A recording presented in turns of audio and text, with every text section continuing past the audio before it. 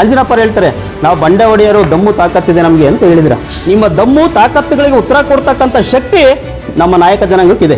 ಎಲ್ಲ ದಾವಣಗೆರೆಯಿಂದ ಬಂದಿದ್ಯಾ, ಡೆಲ್ಲಿಯಿಂದ ಬಂದಿದ್ಯಾ ಅಂತ ಯಾರೇನು ಪ್ರಶ್ನೆ ಮಾಡ್ತಿಲ್ಲ ನಿಂಗೆ. ಅಜಯ್ ಕುಮಾರ್ ಹೇಳಿದ್ರೆ ನಮ್ಮ ಶಿರಾ ತಾಲೂಕಿನಲ್ಲಿ ಇರ್ತಕ್ಕಂಥ ಎಲ್ಲ ನಮ್ಮ ಸಮುದಾಯನ ಬಂದು ನಿಲ್ಲುತ್ತೆ ಅನ್ನೋದ್ರಲ್ಲಿ ಯಾವುದೇ ಎರಡು ಮಾತಿಲ್ಲ. ಅಜಯ್ ಕುಮಾರ್ ಹಿಂದೆ ಆ ಸಮುದಾಯ ಇಲ್ಲ ಅಂತ ಹೇಳಿ ಆ ಸಮುದಾಯದವರು ಯಾರಾದರೂ ನೀವು ಬಾಂಡು ಪೇಪರಲ್ಲಿ ಬರ್ಕೊಟ್ಟಿದ್ದಾರಾ?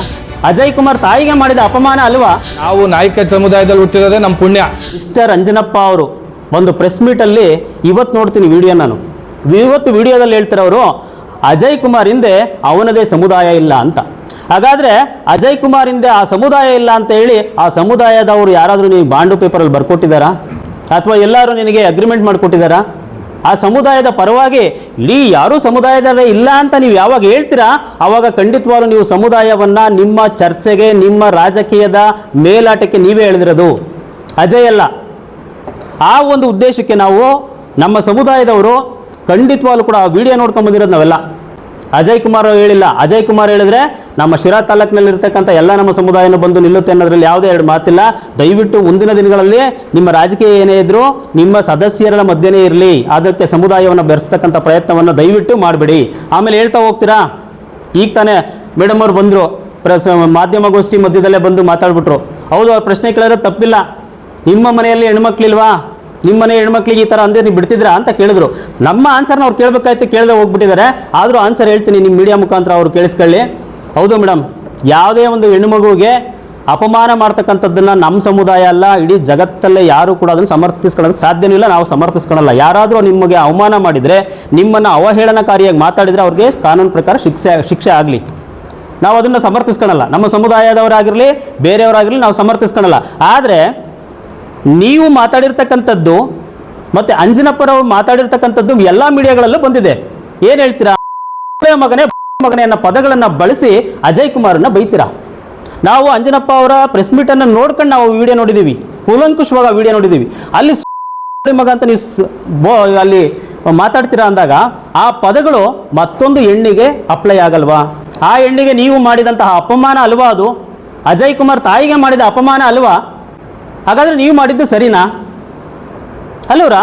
ಇದಕ್ಕೆ ದಯವಿಟ್ಟು ನೀವು ಉತ್ತರ ಕೊಡಬೇಕಾಗುತ್ತೆ. ಮೊದಲನೇದಾಗಿ ನಿಮ್ಮ ಬಾಯಿಂದ ಬಂದಿರತಕ್ಕಂಥ ಈ ಪದಗಳಿಗೆ ನೀವು ಕ್ಷಮೆಯನ್ನು ಕೋರಬೇಕು. ಆ ಹೆಣ್ಣು ಅಂತಕ್ಕಂಥದ್ದು ನೀವು ಒಬ್ಬರೇ ಹೆಣ್ಣಲ್ಲ, ಆಕೆನೂ ಹೆಣ್ಣಿದ್ದಾರೆ. ಗೌರವಾನ್ವಿತವಾಗಿ ಇದೇ ನಗರಸಭೆಯಲ್ಲಿ ಅಧ್ಯಕ್ಷ ಆಗಿದ್ದಂಥವರು ನೀವು ಆ ಪದವನ್ನು ಬಳಕೆ ಮಾಡಬೇಕಾದ್ರೆ ನಿಮಗೆ ಮನಸ್ಸಲ್ಲಿ ಇರಬೇಕಿತ್ತು. ಅದು ಒಂದು ಹೆಣ್ಣಿನ ಬಗ್ಗೆ ಗೌರವ ಅವಾಗ ತಿರಬೇಕಾಯಿತು. ಮಾತಾಡ್ಬಿಟ್ಟಿದ್ದೀರಾ. ಇವತ್ತು ನೀವು ಮಾತ್ರ ಹೆಣ್ಣು, ನಿಮಗೆ ಮಾತ್ರ ಅನ್ಯಾಯ ಆಗಿದೆ ಅಂತ ಹೇಳ್ಬಿಟ್ಟು ಇಲ್ಲೊಂದು ಸಮುದಾಯದ ಸಭೆ ನಡೀತಿದೆ, ಇಷ್ಟು ಮೀಡಿಯಾದವರಿದ್ದಾರೆ, ಇವ್ರ ಮುಂದೆನೇ ನಾವು ಮಾತಾಡಿದ್ದೀವಿ. ಯಾವುದೇ ಒಂದು ಅವರ ಬಗ್ಗೆ ಕೆಟ್ಟದಾಗಿ ಮಾತಾಡ್ತಕ್ಕಂಥ ಗೋಜಿಗೆ ಯಾರೂ ಹೋಗಿಲ್ಲ ನಾವು, ಅಥವಾ ಆಕೆಯನ್ನು ಏನಾದರೂ ಬೇರೆ ಪದಗಳಿಂದ ನಾವು ಮಾತಾಡಿಲ್ಲ, ಅಥವಾ ಯಾರಾದರೂ ಮಾತಾಡಿದರೆ ಅವರನ್ನು ಸಮರ್ಥಿಸ್ಕೊಂಡಿಲ್ಲ. ಹಾಗಾಗಿ ಈ ಸಭೆ ಅಥವಾ ಈ ಪತ್ರಿಕಾಗೋಷ್ಠಿ ಯಶಸ್ವಿ ಆಗೋದಕ್ಕೆ ಬಿಡಬೇಕಾಗಿತ್ತು. ಅದು ಅವ್ರು ಮಾಡಿರ್ತಕ್ಕಂಥ ಪ್ರಮಾದ ಅಂತ ನಾವಾದರೂ ಭಾವಿಸ್ತೀವಿ. ಮತ್ತು ಇನ್ನೊಂದು, ಸಮುದಾಯಗಳಲ್ಲಿ ತಮ್ಮದೇ ಅಂತ ಕುಲಕಸಬುಗಳು ಇರ್ತವೆ. ಅಂಜನಪ್ಪರು ಹೇಳ್ತಾರೆ, ನಾವು ಬಂಡೆ ಒಡೆಯರು, ದಮ್ಮು ತಾಕತ್ತಿದೆ ನಮಗೆ ಅಂತ ಹೇಳಿದ್ರ. ಸ್ವಾಮಿ, ನಮಗೂ ಕುಲಕಸಬಿದೆ, ತಿಳ್ಕೊಳ್ಳಿ ಒಂದ್ಸಲ. ನಮಗೂ ಒಂದು ಕುಲಕಸಬಿದೆ. ಹಾಗಂತ ಹೇಳ್ಬಿಟ್ಟು ನೀವು ಹೇಳಿದ್ರಿ ಅಂತ ಹೇಳ್ಬಿಟ್ಟು ನಾವು ಕುಲಗಳ ಬಗ್ಗೆ ಎಲ್ಲ ಮಾತಾಡೋದಕ್ಕೆ ಹೋಗಲ್ಲ. ಖಂಡಿತವಾಗ್ಲೂ ನಿಮ್ಮ ಬಗ್ಗೆ, ನಾನು ನಿಮ್ಮ ಸಮುದಾಯದ ಬಗ್ಗೆ ಮಾತಾಡಲ್ಲ. ಯಾಕಂದರೆ ನಿಮ್ಮ ಸಮುದಾಯದ ಎಷ್ಟೋ ಜನ ನಿಮ್ಮ ವಿರುದ್ಧನೂ ಇದ್ದಾರೆ, ನಮ್ಮ ಪರವಾಗೂ ಇದ್ದಾರೆ. ನಾವು ನಿಮ್ಮ ಸಮುದಾಯದ ಬಗ್ಗೆ ಮಾತಾಡಲ್ಲ. ನೀವು ಒಬ್ಬರೇ ನಮ್ಮ ಸಮುದಾಯದ ಬಗ್ಗೆ ಮಾತಾಡಿರೋದ್ರಿಂದ ನಿಮ್ಗೆ ಹೇಳ್ತಾ ಇದ್ದೀವಿ, ನಿಮ್ಮ ದಮ್ಮು ತಾಕತ್ತುಗಳಿಗೆ ಉತ್ತರ ಕೊಡ್ತಕ್ಕಂಥ ಶಕ್ತಿ ನಮ್ಮ ನಾಯಕ ಜನಾಂಗಕ್ಕಿದೆ. ನೀವು ಇದೇ ರೀತಿ ಏನಾರು ಮುಂದುವರೆದ್ರೆ, ಜನಾಂಗ ಮುಂದಕ್ಕೆ ತಂದರೆ ಮುಂದಿನ ದಿನಗಳಲ್ಲಿ ಇಡೀ ಜಿಲ್ಲೆಯಾದ್ಯಂತ, ರಾಜ್ಯದಾದ್ಯಂತ ಹೋರಾಟ ಮಾಡೋದಕ್ಕೂ ನಾವು ರೆಡಿ ಇದ್ದೀವಿ.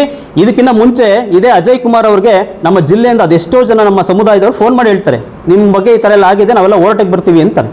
ಅವನು ಆ ಮನುಷ್ಯ ಒಂದೇ ಮಾತು ಹೇಳ್ತಾನೆ, ಇದು ಜನಾಂಗದ ಗಲಾಟೆ ಎಲ್ಲಪ್ಪ, ನಗರಸಭೆಯಲ್ಲಿ ಅಧ್ಯಕ್ಷ ಗಲಾಟೆ, ನೀವೆಲ್ಲ ಏನಕ್ಕೆ ಬರ್ತೀರಾ ಅಂತೇಳಿ ತಡೆದಿದ್ದಾನೆ.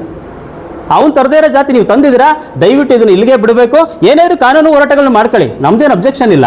ನಾವು ಯಾರು ಕೂಡ ಕಾನೂನಿಗೆ ದೊಡ್ಡವ್ರು ಯಾರೂ ಅಲ್ಲ. ಯಾರು ತಪ್ಪು ಮಾಡಿದ್ರೆ ಅವ್ರಿಗೆ ಶಿಕ್ಷೆ ಆಗಲಿ. ಇವತ್ತೇ ಕೊನೆ ಮಾಡಿ ದಯವಿಟ್ಟು ಸಮುದಾಯವನ್ನು ನಿಮ್ಮ ಗಲಾಟೆ ಮಧ್ಯೆ ಎಳ್ತಾ ಇರತಕ್ಕಂಥ ಕೆಲಸ ಮಾಡಿಬಿಡಿ. ಇದನ್ನು ಮತ್ತೆ ಏನಾದ್ರು ಸಮುದಾಯವನ್ನು ಎಳೆದು ತಂದರೆ ಖಂಡಿತವಾಗಿ ನಾವು ಉಗ್ರವಾದಂಥ ಹೋರಾಟವನ್ನು ಮಾಡ್ತೀವಿ ಅಂತ ಈ ಮೂಲಕ ಎಚ್ಚರಿಕೆ ಕೊಡ್ತಾ ನಮ್ಮ ಮಾತುಗಳನ್ನು ಮುಗಿಸ್ತೀನಿ. ಸಮುದಾಯಕ್ಕಿಂತ ದೊಡ್ಡವ್ರು ಯಾರು ಅಲ್ಲ, ಅವ್ರವ್ರಿಗೆ ಅವ್ರವ್ರದ್ದೇ ಆದ ಜಾತಿ ಇರುತ್ತೆ, ಓಕೆ ಒಪ್ಕೊಳ್ಳೋಣ. ಈಗ ನಾವು ನಾಯಕ ಸಮುದಾಯದಲ್ಲಿ ಹುಟ್ಟಿರೋದೇ ನಮ್ಮ ಪುಣ್ಯ. ನೀನೊಂದು ಜಾತಿಯಲ್ಲಿ ಹುಟ್ಟಿದ್ಯಾ, ನಿನಗೂ ಪುಣ್ಯ. ಯಾರೋ ಅಂಜಿನಪ್ಪ ನೀನು ಏನು ಹುಟ್ಟಿದ್ಯಾ, ನಿನ್ನ ಸಮುದಾಯಕ್ಕೆ ನೀನು ಪುಣ್ಯ ಮಾಡಿದ್ಯಾ, ನಾನು ಪುಣ್ಯ ಮಾಡಿದ್ದೀನಿ. ನಮ್ಮ ವಾಲ್ಮೀಕಿ ಸಮುದಾಯದ ಬಗ್ಗೆ ನೀನು ಮಾತಾಡ್ಬೇಕಾದ್ರೆ ತುಂಬ ಅಗೌರವವಾಗಿ ಯಾವುದೋ ರೀತಿ ಮಾತಾಡಿ ವಿಭಿನ್ನವಾಗಿ ತೋರಿಸೋ ರೀತಿ ಮಾತಾಡಿದ್ಯಾ ನೀನು. ಆಯಿತು, ಅದನ್ನ ಒಪ್ಕೊಳ್ಳೋಣ. ಮುಂದಿನ ದಿನಗಳಲ್ಲಿ ನಾವೇನು ಮಾಡಬೇಕು ನಾವು ಆಡ್ತೀವಿ, ಕಾನೂನು ನಮ್ಮ ಪರವಾಗಿದ್ದೆ ಕಾನೂನು ರೀತಿ ಹೋರಾಟ ಮಾಡ್ತೀವಿ. ಹಾಗೇನೆ ನಮ್ಮ 28 ಮತ್ತು 27ನೇ ವಾರ್ಡ್ ಪ್ರತಿನಿಧಿಗಳು ಬಂದಿದ್ರಲ್ಲ, ಅವ್ರಿಗೊಂದು ಮಾತು ಹೇಳೋಕ್ಕೆ ಇಷ್ಟಪಡ್ತೇನೆ. ನಾವು ಆ ಏರಿಯಾದಲ್ಲೇ ಹುಟ್ಟಿರೋದು, ಬೆಳೆದಿರೋದು, ಮುಂದೆನೇ ನಾವು ಬೆಳೆಯೋದು. ಯಾಕೆ ಹೇಳ್ತಾ ಇದ್ದೇನೆ, ನಮಗೆ ಎಲ್ಲ ಸಮುದಾಯದವರು ಅಲ್ಲಿ ಅಣ್ಣ ತಮ್ಮ ಅಣ್ಣ ರೀತಿ ನಾವು ಭಾವಣಿಕೆ ಮಾಡ್ಕೊಂಡು ಇವತ್ತು ಎಲ್ಲ ಸಮುದಾಯದವ್ರ ಜೊತೆನೂ ಪ್ರತಿಯೊಂದು ಜಾತಿ ಇದೆ ಸಂತೆಪೇಟೆಯಲ್ಲಿ, ಎಲ್ಲರನ್ನೂ ವಿಶ್ವಾಸಕ್ಕೆ ತಗೊಂಡೋಗ್ತಾ ಇದ್ದೀವಿ. ಏನು ಇವತ್ತು ಅಂಜಿನಪ್ಪ ಜಾತಿಗಳು ವಿಷ ಬಿತ್ತು ಅಂತ ಕೆಲಸ ಮಾಡ್ತಾ ಇದೆಯಾ ನೀನು, ಇದನ್ನ ಮಾಡಬೇಡಪ್ಪ. ನಿಂದೇನಿದೆ ನೀನು ನೋಡ್ಕೊ, ನೀನೆಲ್ಲ ದಾವಣಗೆರೆಯಿಂದ ಬಂದಿದ್ಯಾ, ಡೆಲ್ಲಿಯಿಂದ ಬಂದಿದ್ಯಾ ಅಂತ ಯಾರೇನು ಪ್ರಶ್ನೆ ಮಾಡ್ತಿಲ್ಲ ನಿಂಗೆ.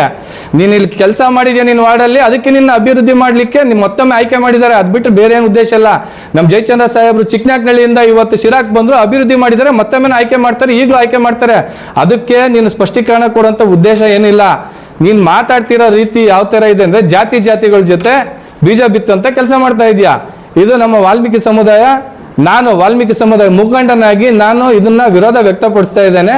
ನೋಡು, ನೀನು ದಲಿತ ಸಮುದಾಯದಲ್ಲಿ ಹುಟ್ಟಿದ್ಯಾ, ನೀನು ಒಬ್ಬ ದಲಿತ ಅಂತ ನೀನು ಪರಿಗಣಿಸ್ಬೇಕಂದ್ರೆ ನೀನು ನ್ಯಾಯ ರೀತಿಯಿಂದ ಓಡಾಡು. ನಿನ್ನ ಕಾನೂನು ರೀತಿ ನೀನೇನು ಹೋರಾಟ ಮಾಡ್ತೀವಿ, ನಾವು ಅದೇ ರೀತಿ ಹೋರಾಟ ಮಾಡ್ತೀವಿ. ಆಮೇಲೆ ಜಾತಿಗಳ ಮಧ್ಯೆ ನೀನು ವಿಷ ಬೀಜ ಹುಚ್ಚ ಅಂತ ಕೆಲಸ ಮಾಡಬೇಡ.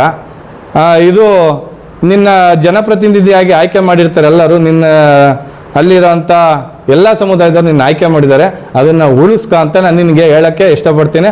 ಹಾಗೆಯೇ ಮುಂದಿನ ದಿನಗಳಲ್ಲಿ ಯಾವುದಾದ್ರೂ ವಿಚಾರ ಏನಾದರೂ ಬಂದಿದ್ದೆ ಆದರೆ ನಾವು ವಾಲ್ಮೀಕಿ ಸಮುದಾಯ ಕಠೋರವಾಗಿ ಖಂಡಿಸ್ತೀವಿ. ನೀವು ಸಣ್ಣ ಆಗ್ಬೇಕಲ್ವಾ, ಅದು ಒಂದು ಉತ್ತಮ ಆಹಾರದಿಂದ ಸಣ್ಣ ಆಗ್ಬೇಕಲ್ವಾ. ಪ್ರತಿದಿನ ನಮ್ಮ ಜೀನಿ ಸ್ಲಿಮ್ನ ಯೂಸ್ ಮಾಡಿ ಯಾವುದೇ ಸೈಡ್ ಎಫೆಕ್ಟ್ ಇಲ್ದಂಗೆ ನೀವು ಸಣ್ಣ ಆಗ್ತೀರಾ.